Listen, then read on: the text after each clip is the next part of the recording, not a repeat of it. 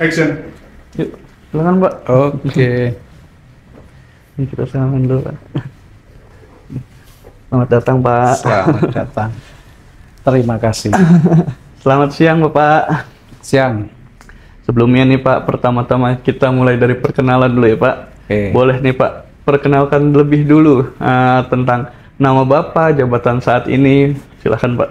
Oke, nama saya Anas Maufuri. Jabatan saat ini Kepala Proyek dari Departemen Gedung. Oke.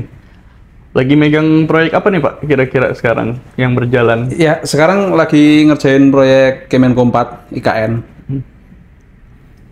Oke, berarti lagi stay di IKN ya Pak? Ya, lagi stay di IKN sambil ya biasa proyek sudah hampir selesai. Cari-cari proyek lagi, tender-tender. Ada kemarin habis presentasi. Mudah-mudahan menang lah ya. Amin.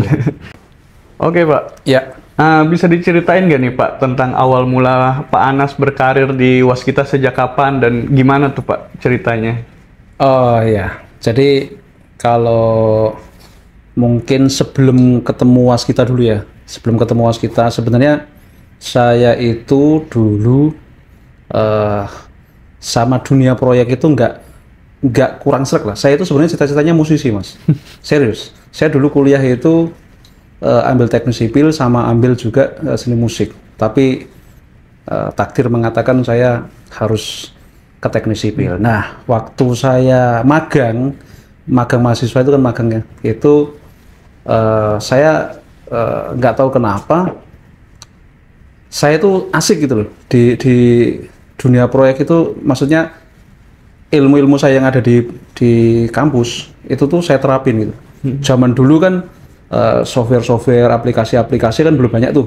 Zaman dulu, zaman saya itu ya. Ada misalkan gambar itu di perusahaan yang saya magangin itu masih manual. Nah, sedangkan saya sudah bisa AutoCAD, saya sudah bisa Microsoft Project, saya sudah bisa menghitung pakai SAP 2000 dan lain-lain gitu. Nah, disitulah saya show off itu di perusahaan itu. Di situ saya show off sama perusahaan swasta waktu itu. Nah, akhirnya saya itu malah sama direkturnya dibilangin gini, Mas, udah kamu nggak usah magang lah sama saya. Udah kamu saya angkat jadi pelaksana waktu itu, pelaksana struktur. Nanti saya gaji. Nah, saya kan makin semangat tuh, mahasiswa yang pengennya saya magang malah justru dilibatkan dalam struktur organisasi. Akhirnya saya 3 bulan tuh saya kerja, benar-benar digaji tuh. Digaji itu saya di Jakarta ya, di Jakarta gajinya itu bisa dikatakan tuh 3 kali lipatnya UMR Jawa Tengah. Jadi menurut saya keren lah. Nah, setelah itu saya menjelang lulus sama direkturnya itu dibilangin, kapan kamu lulus? Segera saya mau, aku kasih ini ya proyek gitu ya. Nah, terus singkat cerita saya lulus, saya langsung direkrut di perusahaan itu. Saya langsung dijadikan site manager di perusahaan itu, di Tarakan waktu itu ya. Proyeknya di Tarakan. Tapi site manajernya itu serasa kepala proyek. Jadi saya lulus kuliah, merekrut banyak karyawan juga di Tarakan itu. Proyek selesai, saya pindah waktu saya magang itu, selain yang tertarik saya bekerja itu selain kontraktor, ada juga ternyata konsultan pengawas MK gitu tertarik sama saya. Nas, kamu kerja bareng saya aja deh. Kamu tuh cocoknya itu jadi MK, bukan di kontraktor gitu. Karena namanya lulus kuliah itu kan masih pengen geser-geser ya, masih pengen pindah-pindah. Akhirnya saya selesai di perusahaan kontraktor swasta itu, saya pindah ke konsultan. Nah, pindah ke konsultan, saya belum begitu ngeh lah kerjaannya konsultan pengawas itu seperti apa. Tapi dengan di briefing, akhirnya saya, ini kamu sekarang saya tugaskan jadi site manager juga. Waktu itu di proyek Merak Bakahuni pelabuhan. Terus dibilangin sama bos saya yang di MK itu, nanti kamu ngawasi perusahaan BUMN. Apa itu perusahaannya? Waskita Karya. Saya jujur Mas, waktu itu baru dengar tuh namanya Waskita Karya. Karena dulu ya itu saya fokusnya lebih ke bagaimana mengamati band gitu kan, Rolling Stone ya, Dream Theater, Halloween dan lain-lain gitu. Jadi nggak terlalu banyak mengamati perusahaan-perusahaan gitu. Akhirnya saya jadi pengawas itu di pelabuhan Merak Bakahuni itu Nah, kurang lebih 3 bulan mungkin ya proyeknya itu. Nah, di situ uniknya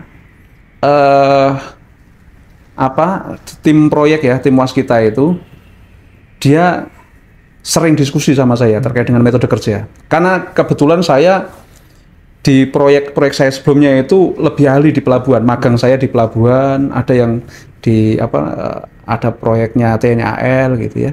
Terus beberapa proyek pelabuhan. Nah, di situ saya banyak diajak diskusi gitu ya. Bagaimana metode kerja di bawah laut, bagaimana menguras air laut dan lain-lain gitu.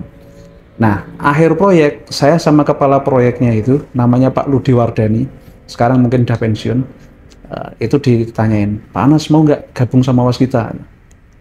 Nah, saya merasa bahwa saya nanya itu ke bos saya yang MK itu. Di situ saya juga sebenarnya udah tetap, udah jobnya juga udah banyak, tapi dibilangin gini, Mas, sebenarnya kalau aku sih kehilangan kamu, kalau secara pribadi saya ngerasa ya nggak pengen, tetapi ini BUMN loh. Ya kalau saran saya sih sebagai seorang teman gitu, bukan lagi ya masuk aja ke BUMN gitu. Nah, terus saya masuk ke Waskita Karya sebagai honorer. Saya juga baru tahu itu kalau Waskita Karya itu ternyata ada status honorer, ada outsourcing, ada pegawai tetap dan lain-lain, itu saya baru tahu. Di tahun berapa tuh, Pak? Itu tahun 2008, awal 2009 lah. 2008 akhir, awal-awal 2009. Nah, saya dibilangin sama kepala proyeknya, Pak Anas nanti gabung di proyek saya, proyek baru, Bapak saya jadikan kepala lapangan. Ya, kepala lapangan. Wah, itu proyeknya di Trash Track Muara Baru, Pluit. Nah, di situ saya selesaikan, saya sebagai kepala lapangan, masih honorer itu. Saya masih nyaman-nyaman aja, saya belum menikah ya, belum menikah. Terus saya pindah lagi di proyek selanjutnya sama Pak Ludi Wardani juga sebagai staf teknik merangkap staf adkon. Jadi kalau zaman dulu itu kayak dirjen Mas, direktur ijen. Jadi yang ya saya waktu itu nangani teknik, engineering, ngoreksi gambar gitu-gitu ya, perhitungan, narik progres dan lain-lain. Terus adkon juga mengopnam subkon dan lain-lain. Terus cek lapangan, dokumentasi, pokoknya sendirian itu mungkin kalau sekarang ada 10 orang gitu saya kerjakan sendirian waktu itu. Nah, terus jadi itu masih honorer, pindah lagi di proyek selanjutnya, saya jadi kepala lapangan. Nah, waktu yang proyek keempat lah, keempat honorer itu, saya kan sudah menikah. Terus kebetulan istri saya juga bekerja yang tetap, yang jelas gitu loh. Saya kok masih statusnya kok honorer. Saya mulai nanya-nanya kepada kepala proyek saya yang baru, Pak, saya kok ternyata honorer ya, maksudnya dalam tanda kutip kok koyeknya kurang ini gitu loh, kurang gagah, atau bahkan saya mau kredit, katakanlah mau kredit motor aja ditanyain slip gajinya mana atau apa, kejelasannya itu kurang. Akhirnya saya ditawari di divisi gedung waktu itu untuk jadi outsourcing. Nah, saya masuk nih di outsourcing divisi gedung sebagai staf adkon, ngoreksi bla bla bla gitu. Kurang lebih hanya 1 sampai 2 bulan. Lalu saya dijadikan kasih adkon di proyek baru. Jadi habis staf itu langsung jadi kasih adkon. Kurang lebih 1 tahun. Nah, di situ baru ada lowongan MT. Ada lowongan MT, saya daftar MT. Ya bersaing lah, mungkin 7.000-an orang kalau pas kita, kalau bukaan lowongan MT kan banyak tuh. Saya bersaing gitu, tes sampai mungkin berbulan-bulan, karena MT kan biasa gitu. Alhamdulillah saya lolos. Begitu saya lolos, saya masuk di divisi gedung. Karena saya masuk di divisi gedung, ya kan biasa itu kan teman sama fresh graduate rambutnya dibotakin gitu, terus kita OJT itu kan.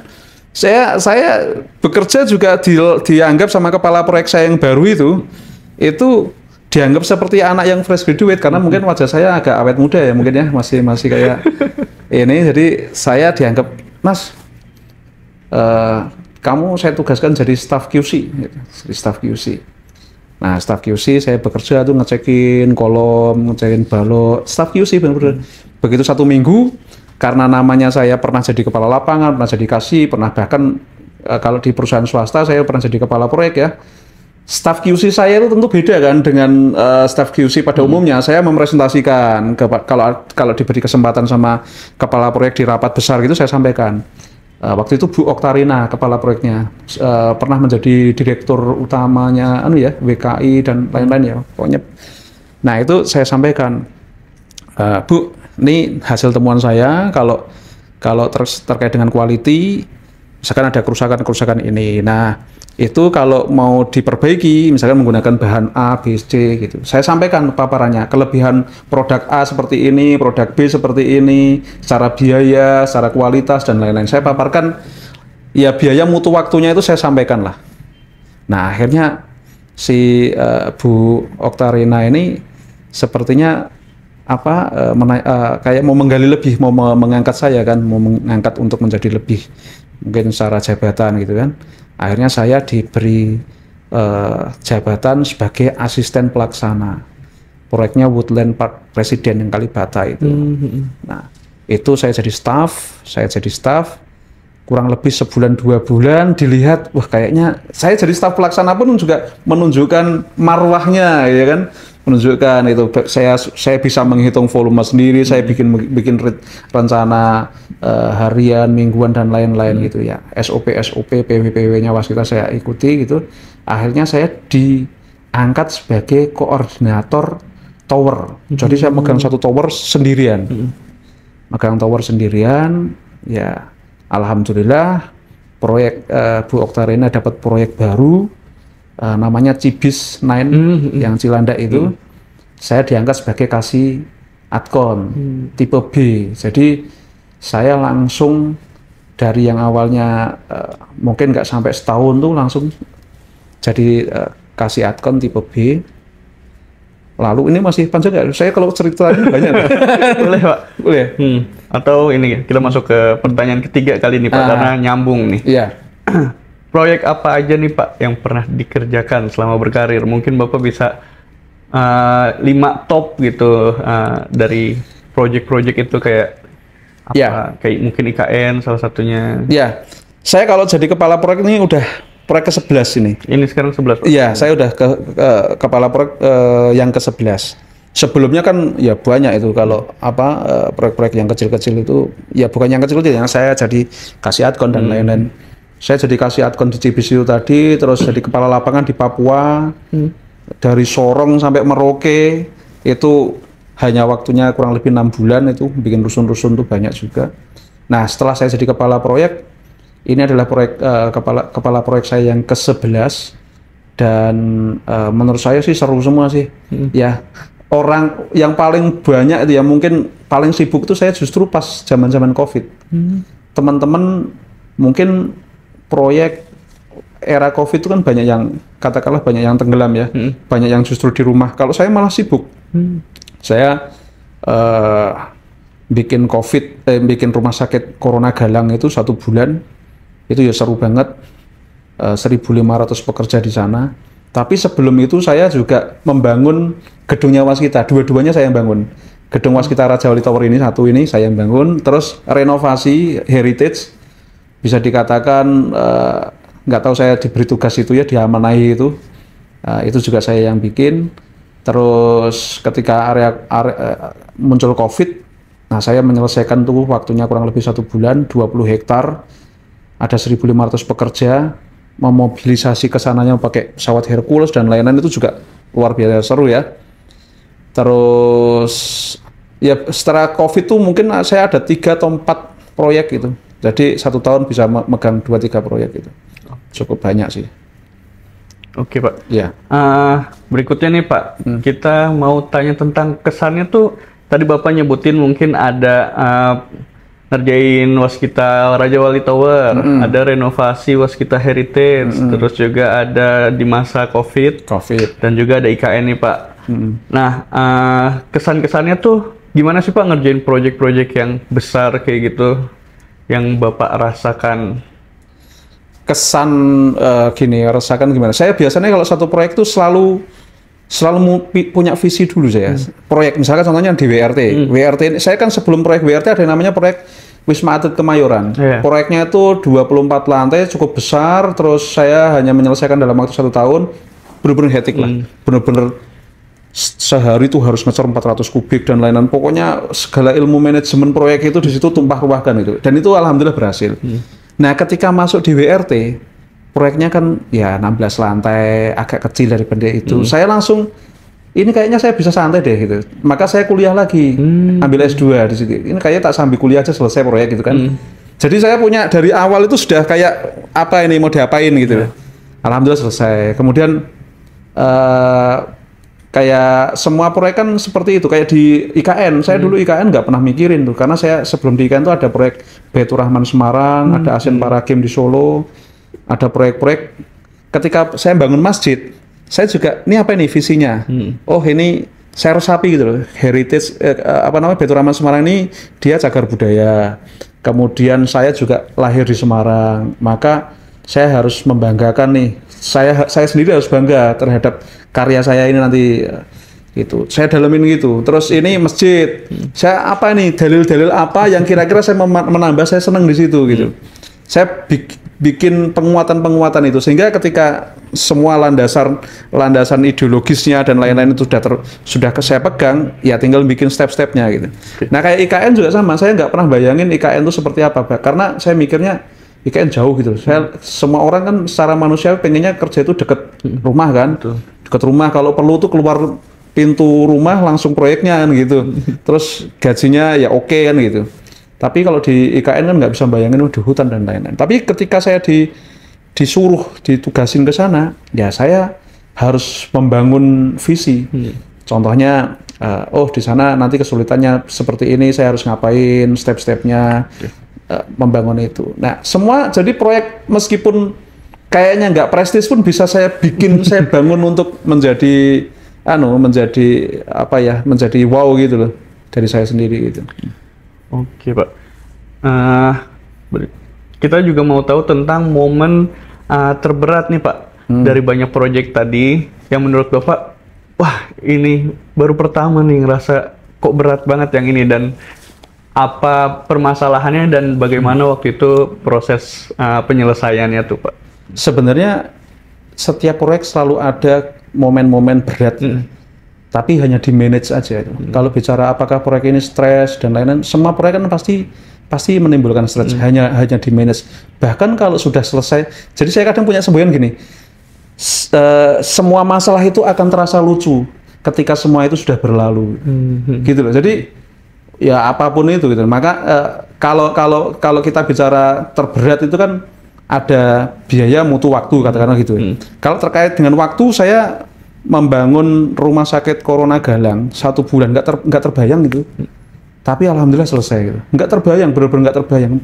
Rumah sakit layak 20 hektar, semua lengkap dari tempat untuk dokternya, menginapnya dan lain-lain tuh, untuk operasi dan lain-lain itu lengkap itu 1 bulan, kan nggak kebayang.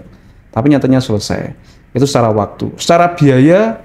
Nah mungkin saya pernah di momen ketika bikin rumah sakit RSCM, kebetulan Waskita Karya sedang posisinya banyak isu masalah mungkin finansial dan lain-lain gitu ya, sehingga banyak subkon vendor itu nggak mau diajak, itu nggak mau. Bahkan owner itu bilang, Waskita bisa nggak itu datangin material gitu, pokoknya benar-benar dipandang rendah gitu loh. Nah saya dalam posisi seperti itu, jiwa saya sebagai musisi ya, akhirnya saya bikin lagu, judulnya tuh Bela Waskita. Mungkin teman-teman bisa cek di Spotify. Itu kayak kegundahan saya gitu loh. Karena ketika sudah nggak bisa ngapa-ngapain lagi, ya sudah jadikan lagu aja gitu. Akhirnya saya bikin lagu Bela Waskita. Ya intinya bahwa saya selama ini sudah berdiri jauh, menemani Waskita, asam garam dan lain-lain sudah saya ikuti itu. Maka ketika ada hujatan-hujatan kayak gitu, ya saya mengibaratkan jiwa patriotisme terhadap Waskita saya bangkitkan gitu. Saya buktikan itu, terus ya dengan cara salah satunya saya juga aktif di medsos ya. Artinya ya saya tunjukkan bahwa proyek saya itu insya Allah baik-baik saja loh. Sehingga pelan-pelan ternyata vendor-vendor itu banyak yang support saya. Akhirnya seminggu 2 minggu saya ternyata bisa, karena proyek yang RSCM itu juga waktunya hanya 1 bulan. bayangin bikin namanya tempat operasi untuk ibu dan anak COVID ya. Itu di Indonesia belum ada. Khusus untuk menangani infeksius yang COVID untuk bedah itu ibu hamil gitu ketika melahirkan itu di Indonesia belum ada. Jadi itu juga luar biasa tantangannya, dan alhamdulillah ketika 1 minggu saya datangin orang banyak, ratusan orang datang, material-material dan lain-lain, alhamdulillah di situ owner percaya dan saya dapat proyek lagi. Semua proyek pasti ada kesannya. Di IKN juga luar biasa kalau bicara tantangannya gitu ya. Ya ada tantangan tersendiri di sana gitu. Tapi menurut saya semua itu hanya kita bagaimana memanage saja, dan saya ngerasa kalau udah usia ke saya ini kan udah usia seperti saya ini udah stabil, nggak ada yang bikin galau gitu loh. Galau ya mungkin semenit 2 menit atau 1 jam, habis itu juga bisa selesai gitu. Penting ya Pak, berarti punya manajemen yang sangat baik dalam ya, diri sendiri dulu, memanage otak gitu ya. Otak, perasaan tuh ya Pak, penting ya. Siapa nih Pak yang menginspirasi Bapak biasanya dalam diri Bapak dalam menciptakan banyak karya-karya terbaik di Waskita? Inspirator di Waskita buat diri Bapak? Oh, kalau inspirator sebenarnya gini, kalau inspirator kehidupan tuh mungkin saya bicaranya jadi agak religius ya. Saya itu inspirator saya itu yang menemani saya, benar-benar menemani ya dari zaman saya remaja sampai sekarang itu, namanya tuh MH Ainun Najib, atau bisa dikatakan Mbah Nun lah ya. Saya kan kebetulan sering ikut diskusi-diskusi itu. Intinya gini dia, jadi mengibaratkan kalau kamu mau makan pecel yang enak, pecel itu kan terdiri apa? Ada kacangnya, ada sambelnya, ada ketupatnya dan lain-lain itu.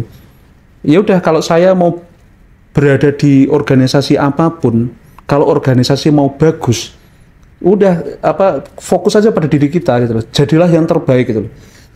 Pecel yang enak itu pasti juga ada cabai yang, kalau ada cabai bosok aja pasti pecelnya nggak enak gitu. Nah, saya juga gitu. Kalau di Waskita Karya, saya minimal fokus terhadap diri saya sendiri, menjadi pegawai yang keren, yang menjadi yang terbaik gitu.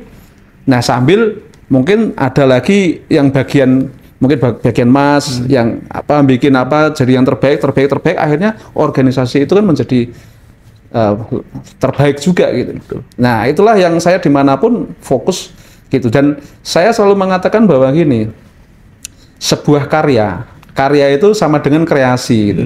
Nah, kreasi itu akan sangat bagus ketika mendatangkan rekreasi. Nah, rekreasi itu bermakna 2. 1, ya rekreasi itu yang bermakna piknik, artinya ada hiburan, kita enjoy di situ dalam mengerjakan. Dan rekreasi itu menghadirkan karya baru, karya yang ulang. Nah, ini kalimat ini sih sebenarnya saya terima dari Cak Non itu. Oke. Berikutnya nih Pak, apa sih Pak alasan Pak Anas tetap bertahan dan bisa survive sampai saat ini di titik sekarang nih Pak, buat terus-terusan bareng-bareng sama Waskita? Ya, ada 2 hal ya, ideologis ya. Maksudnya ideologisnya gini, saya bahwa kuliah itu saya juga sempat ngambil 4 jurusan secara bersama, ya nggak bersama, ada beberapa. Ternyata saya ditakdirkannya sebagai seorang insinyur gitu.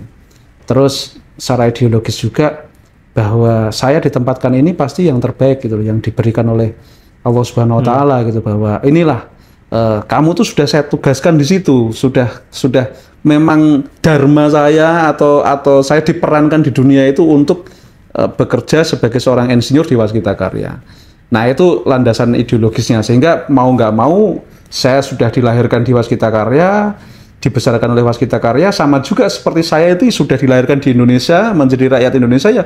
Ketika Indonesia mau perang pun kan saya harus turun tangan. Nah, di Waskita pun juga sama. Jadi kayak jiwa ideologis, jiwa forsa atau apa itu sudah menancap di situ. Itu yang pertama. Terus yang kedua, kenapa saya kok nggak berpindah ke tempat lain gitu ya. Sampai saat ini saya merasa memang ya Waskita ini seperti kayak ladang gitu ya, kayak sawah gitu. Sawah itu ketika kurang air ya saya harus berusaha untuk membuat pengairan supaya dia subur seperti apa. Saya sebagai seorang petaninya itu ya merawat itu sebaik mungkin, karena sawah itu yang akan menghasilkan untuk rezeki saya, untuk kehidupan ekonomi saya. Nah, waskita pun sama. Jadi kita ya pupuk, kita perbaiki, kalau ada kurang-kurang kita perbaiki sebaik mungkin. Terus kita menjadi bagian daripada yang membanggakan daripada waskita kan gitu. Itulah yang akhirnya meskipun ada banyak tawaran ke tempat lain ya, dan teman-teman saya banyak juga itu yang pindah sana pindah sini, jadi ini jadi itu. Kalau saya ya itu prinsipnya waskita ini sebagai ladang mata pencaharian saya. Dan karena saya mikir gini, saya pernah ngobrol juga sama sama istri ya, bilang ketika saya ditawari sama perusahaan lain gitu, istri saya bilang gini, ya kita ini tipe-tipe orang setia gitu loh, maksudnya gitu.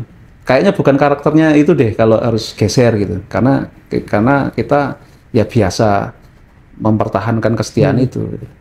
Nah, terus saya juga memegang prinsip, ada kalimat baiknya dari PD Baik gitu. Tahu kan PD Baik penulisnya Dylan itu bilang gini, bahwa anak-anak kita itu memang butuh uang, tapi mereka itu butuh bangga siapa bapaknya. Jadi saya ngerasa bahwa ternyata saya di waskita ini diberi banyak katakanlah job gitu ya, proyek yang prestisius, terus yang oke gitu. Ketika saya bangun itu kayak IKN gitu kan, keren gitu kan, saya publish juga ke medsos, terus saya tunjukin ke keluarga, itu tuh bangga ya, mereka itu bangga gitu loh. Ya itu aja. Jadi waskita itu bukan hanya sekedar duit, tapi juga waskita ini kayak sebuah panggung untuk kita berkarya gitu. Oke, sebenarnya ini sangat pas nih Pak sama tagline tahun ini. Tagline tahun ini kan berawal dari kita, untuk kita, for better waskita. Kayak tadi yang Bapak ceritain tentang sawah, ladang, itu kan ada keinginan untuk kalau nggak ada air ya udah kita cari airnya. Terus juga untuk kita sendiri itu yang kayak tadi mungkin yang terakhir Bapak bahas tentang kebanggaan diri sendiri, itu kan buat internal diri kita sendiri itu ya Pak. Sama for better waskita pasti akhirnya. Nah, menurut Bapak sendiri gimana nih Pak tentang tagline kita itu yang berawal dari kita, untuk kita for better waskita tuh Pak? Ya, kalau saya sudah jalani itu 15 tahun ya di waskita. Saya kan 15 tahun di waskita. Mungkin ini udah tahun mau menginjak ke 16 ya. Sehingga saya udah jalanin itu, ketika sekarang jadikan tagline itu ya bagus juga, dan artinya memang berarti ini saya kayak ngerasa punya circle baru nih, atau bukan circle baru ya, istilahnya teman-teman ini udah punya frekuensi yang sama gitu, dan harapannya sebuah tagline ini bisa diresapi bareng-bareng. Terus ya memang deh teman-teman semua daripada mengeluhkan kondisi yang ada kan lebih baik berbuat itu. Toh juga kalau waskita besar ya itu kita akan bangga, kita juga kesejahteraannya tentu akan meningkat dan lain-lain lah. Terima kasih Pak. Lanjut nih Pak tentang masih banyak nih Pak ternyata yang penasaran itu teman-teman. Apa itu? Kita tadi kan bahas akan 7 pertanyaan, ternyata banyak nih Pak, ada sekitar 11. Enggak apa-apa. Saya kalau diajak ngobrol sampai subuh juga siap-siap aja gitu. Oke. Ya. Selanjutnya nih Pak. Gimana sih Pak cara Bapak ngebangun tim yang solid dan tetap termotivasi? Ya, ini sebenarnya ilmunya dulu saya juga banyak yang masukan gitu. Terus saya juga dengerin ya ketika ada direksi-direksi yang lama untuk ceramah, terus ilmu-ilmu segala macam itu. Jadi apa yang sudah masuk itu akhirnya saya praktekkan. Nah, paling tidak ini pertama itu menurut saya ya, itu jadi teladan dulu, contoh lah. Jadi bangun track record saya gitu loh. Maksudnya saya kalau track recordnya bagus kan, apakah mengarahkan, apakah menasihati itu, kalau bahasa Jawanya itu sumbut gitu loh. Jadi ya wes oke gitu loh, nggak jarkoni itu. Jadi bisa ngajar juga bisa ngelakoni. Nah, itu pertama. Jadi keteladanan, track record itu. Nah, tapi kalau sudah menjadi tim, kebetulan kan tim saya ini yang menurut saya paling unik itu yang di IKN. Paling uniknya kenapa? Karena di atas 70% itu fresh graduate. Bisa dikatakan 80% fresh graduate.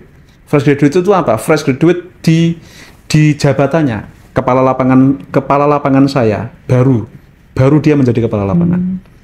terus apalagi apa namanya ya hampir semua pelaksana dan lain-lain.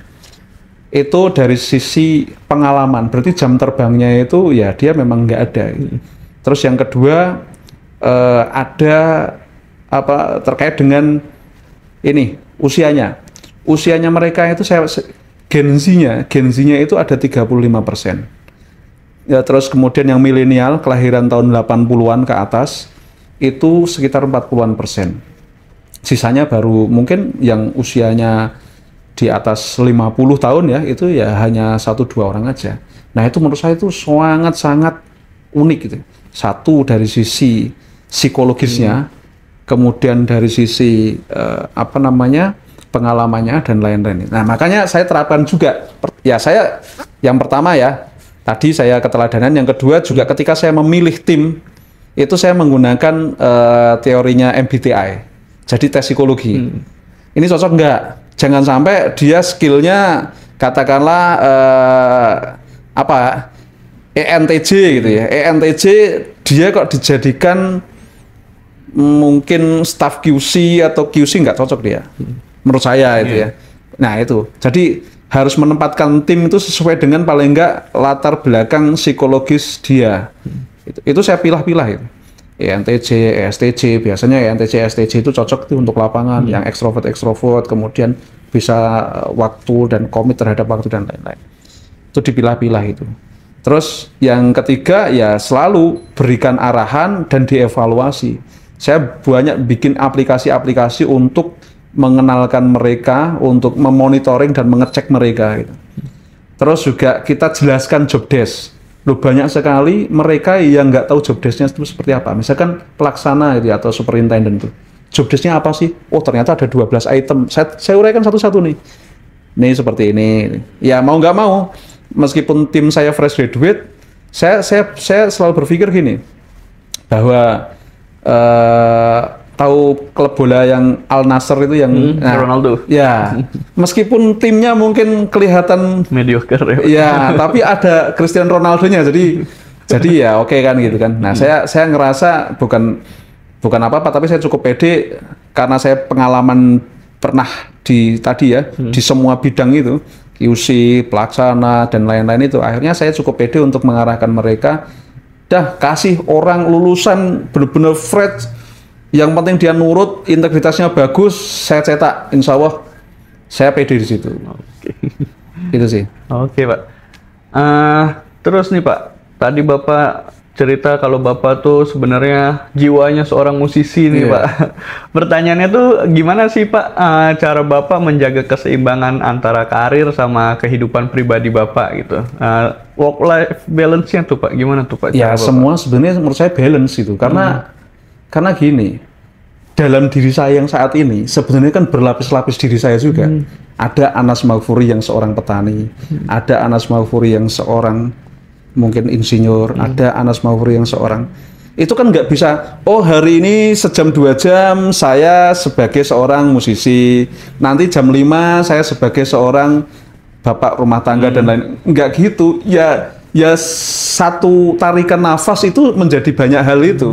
Nah, saya ketika katakanlah saya musik lah ya, di setiap kantor saya itu selalu, di setiap proyek saya selalu ada gitar, ada alat musik gitu.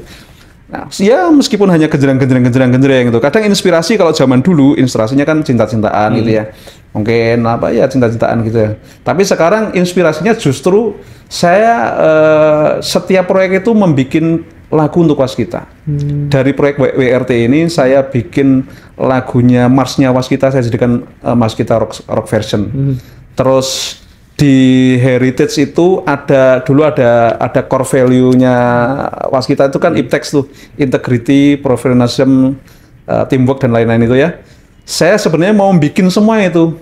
Nah, waktu di Heritage itu saya bikin lagu judulnya Integrity. Integrity ya inspirasinya isinya bagaimana menjadi pegawai yang punya integritas itu. Tapi ternyata core value-nya diganti menjadi akhlak, sehingga saya ganti dengan yang lain. Zaman COVID dan lain-lain. Nah itu ya apa yang kita rasakan aja dijadikan lagu gitu. Ketika hobi saya juga bikin-bikin video gitu, ya sudah sehari-hari kita jalan ngevlog, meskipun nggak harus mikirnya bagus ya, ya seadanya aja, itu paling nggak jadi kenangan gitu. Oke, berarti masih bisa tuh ya Pak diselingin di antara kesibukan-kesibukan di proyek kayak tadi genjreng-genjreng sebentar, mungkin ngerekam-rekam video buat kepuasan hobi. Bagi saya bukan jam ini khusus untuk keluarga sehingga saya nggak bisa dihubungi oleh perusahaan, nggak bisa dihubungi oleh vendor, enggak. Ya saya di rumah ketika ada rekanan telepon ya saya angkat, di rumah juga mengerjakan ketika. Jadi memang sudah kayak sehari-hari itu nyampur aja gitu. Gitu. Oke Pak, ini pertanyaan yang menurut saya sih perlu Bapak pikirin dulu nih Pak selanjutnya. Apa itu? Pertanyaannya adalah menurut Bapak hal apa yang hanya ada di Waskita Karya nih Pak? Bapak kan udah lama nih. Nah ini menurut Bapak cuma ada di Waskita Karya nih, nggak ada di perusahaan lain. Menurut Bapak tuh apa nih Pak yang keunikan bekerja di Waskita Karya? Kalau menurut saya itu kekeluargaannya. Itu saya kayaknya sudah nanya-nanya kepada teman-teman yang dari Waskita terus keluar, dia pindah ke perusahaan mana, ternyata dia harus keluar lagi dan lain-lain. Ketemunya itu ya, saya juga sebenarnya kan sebelum di Waskita juga pernah ngalami pekerjaan-pekerjaan di beberapa tempat ya. Tapi memang yang paling menarik itu menurut saya itu kekeluargaannya tuh. Jadi kayak ngerasa memang saya ya, kayak ngerasa kayak perusahaan sendiri yang aduh asik banget itu loh, kekeluargaannya itu. Mungkin sampai pensiun, tapi nggak tahu ya tempat lain juga mungkin ada juga keluarganya. Tapi kan kita sudah sudah diberikan ujian berupa banyak hal gitu. Waskita menjadi top, benar-benar di atas perusahaan terkaya ya, perusahaan karya terkaya itu. Terus juga dihantam badai karena juga banyak penugasan-penugasan sehingga ini, tetapi kita tetap stabil dan sekarang kan sudah mau melompat lagi sehingga ini kalau tidak dilandasi rasa kekeluargaan menurut saya berat itu. Dan saya proyek-proyek saya ini terhadap tim-tim lama saya itu juga masih bagus gitu loh kekeluargaannya, meskipun barangkali ada sisa-sisa tugas-tugas lama yang belum terselesaikan, ini ya kita masih asik gitu loh. Tidak tadi bekerja pokoknya hanya jam 8 sampai jam 5 sore stop. Apalagi kalau proyeknya udah pindah terus benar-benar tutup buku, enggak. Ini kayak kita membangun pekerjaannya itu kayak perusahaan sendiri gitu. Itu sih yang saya rasakan gitu. Menurut personal Bapak ini yang ada di Waskita Karya ini nilai utamanya itu adalah kekeluargaan ya Pak? Iya, lebih ke kekeluargaan. Oke. Kita udah sampai di pertanyaan terakhir nih Pak. Tentang pesan dan harapan untuk insan Waskita dari Pak Anas itu apa? Pesan dan harapan ya? Ya, jadi kalau menurut saya tantangan saat ini perbedaan zaman, perbedaan generasi, saya selalu mengatakan gap generasi Waskita cukup tinggi ya. Saya ini kalau dilihat dari usia rata-rata dan jumlah waktu bekerja di Waskita saya sudah dikategorikan kayak senior gitu ya.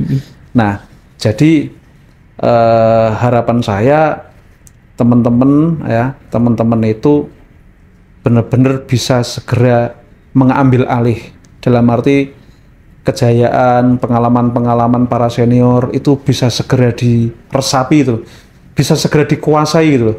Jadi udah tahu pemetaannya, kalau misalkan dia levelnya officer, dia sudah bisa nih mengerjakan manajer gitu, pekerjaan sudah di mapping, udah seperti ini, kemudian langsung fokus itu. Sehingga ketika generasinya Waskita bisa merata dari segi skill ya, knowledge skill, ini harapannya Waskita ke depan ya bisa sampai berabad-abad ke depan itu masih jaya gitu loh. Karena ya perusahaan ini kan ya selain punya sejarah panjang ya, ini kan juga termasuk kita itu kayak saya bekerja di Waskita bukan hanya untuk mencari rezeki untuk saya sendiri, tapi kalau Waskita punya laba besar, kemudian labanya itu di-share ke negara, artinya kita itu berjuang untuk masyarakat luas dulu, untuk negara juga gitu. Nah itu harapannya sih seperti itu ya, harapannya teman-teman bekerja menjadi jiwa patriotisme ke depan mungkin lebih ditingkatkan sehingga ketika proyek kita berhasil, proses bisnis waskita karya berhasil, punya laba, bisa di-share untuk membangun infrastrukturnya Indonesia secara keseluruhan, mengentaskan kemiskinan dan lain-lain ya. Gitu Pak, gitu Mas. Oke Pak, Pak kita ada titipan lagi nih Pak, jawaban scripted. Terakhir jilid 2-nya. Iya. Titipannya adalah bangga untuk jadi insan waskita Pak. Kan tadi juga sebenarnya udah inline tuh sama yang harapan Bapak tentang semoga yang lain masih tetap kuat dan yakin kalau kita perusahaan yang besar.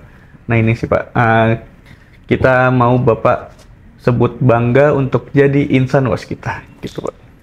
Oke, siap. Satu. Bangga untuk menjadi insan waskita. Ya, bangga untuk jadi insan waskita. Bangga untuk jadi insan waskita. Kan sebelum kayak seperti belum berarti kalau bangga untuk jadi dan bangga untuk jadi insan waskita kan kayak belum jadi. Bangga jadi insan waskita aja. Untuk jadinya itu, untuknya itu yang ya bangga Ya, menjadi boleh. insan waskita. Oke Pak. 1, 2, 3. Bangga menjadi insan waskita.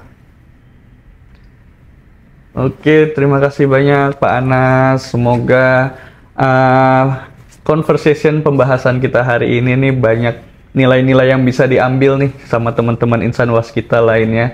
Terima kasih banyak Pak sudah berbagi pengalaman-pengalaman yang menarik, yang apalagi mungkin kita juga bisa dapetin insight dari seorang musisi nih ya tentang perusahaan waskita itu sendiri. Terima kasih banyak Pak. Ya. Sehat selalu. Sama-sama. Terima kasih telah diundang. Terima kasih Pak. Oke.